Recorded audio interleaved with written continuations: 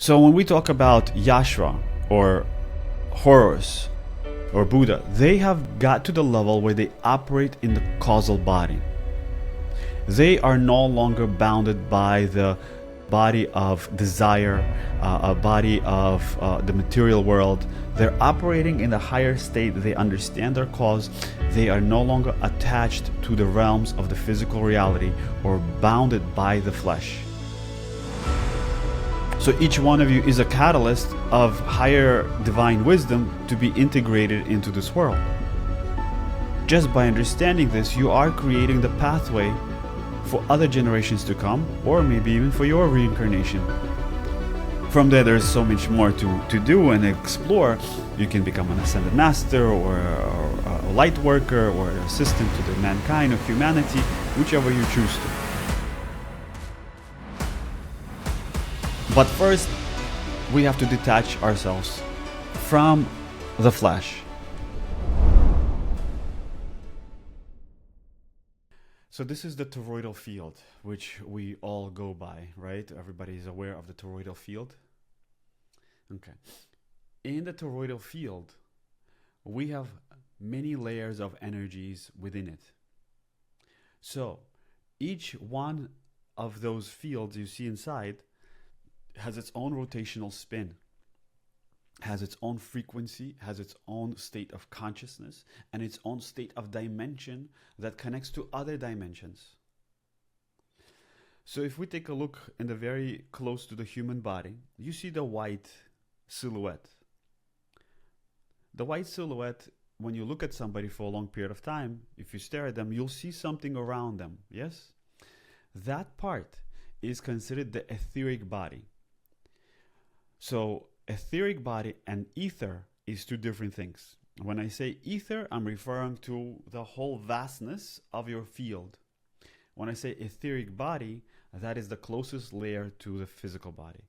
Etheric body is connected to your infant self. Okay, from the time of your mother and father conception creating you to about 6 months. Then afterwards, we have another field. Other part now we come to is the next layer. You see another layer here, which is the next layer is the emotional body. Okay?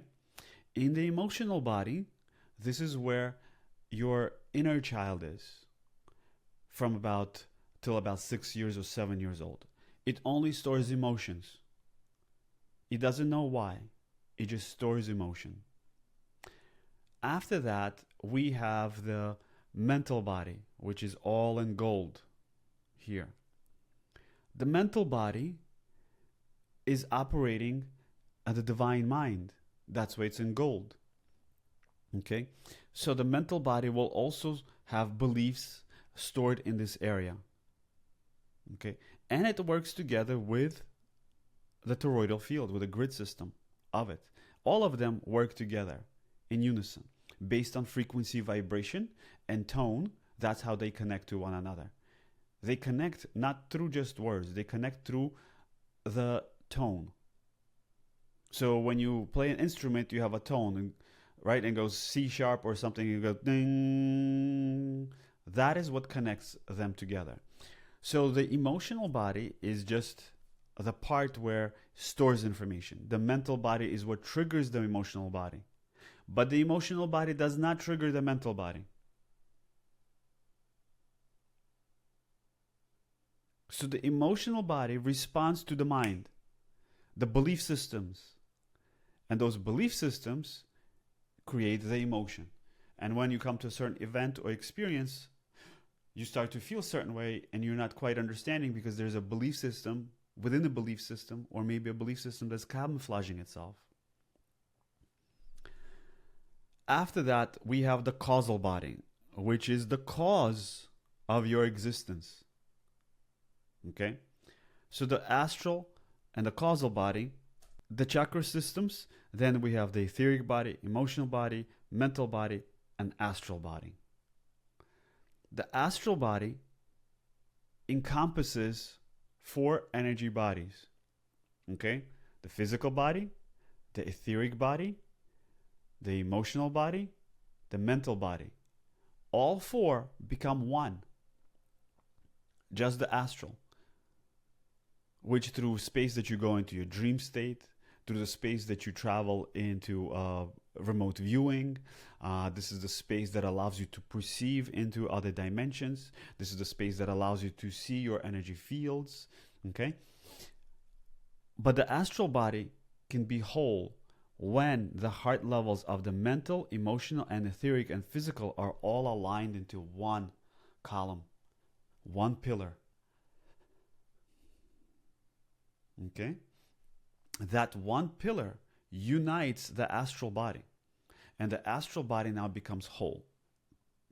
And then you start to operate in the causal body, the cause of existence, the cause of your trauma, the cause of your relationships, the cause of your choosing mother and father.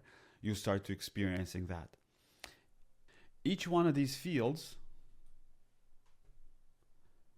has its own rotational spin, its own frequency. So when we talk about Yashua or Horus or Jesus, right, or Buddha, they have got to the level where they operate in the causal body. They are no longer bounded by the body of desire, a body of the material world. They're operating in the higher state. They understand their cause. They are no longer attached to the realms of the physical reality or bounded by the flesh. Meaning that they now able to leave the body and choose a different form of existence. We are not going to do that here now because we have to be reborn. This is where we're headed though as a collective. So the more we are aware of this information, the more the next generations will be able to do that because we are feeding the grid system of Earth with this wisdom.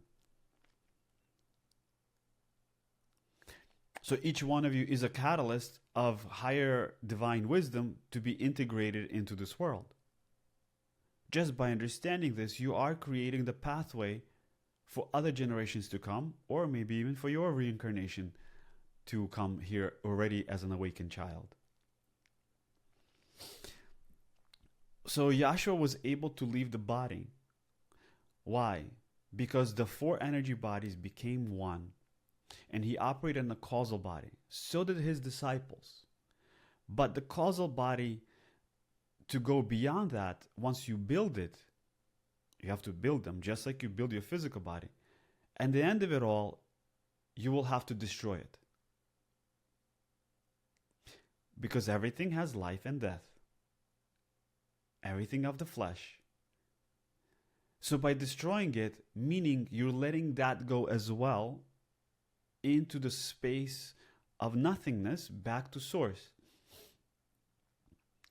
From there, there's so much more to do and explore. You can become an ascended master or a light worker or an assistant to the mankind or humanity, whichever you choose to. But first, we have to detach ourselves from the flesh.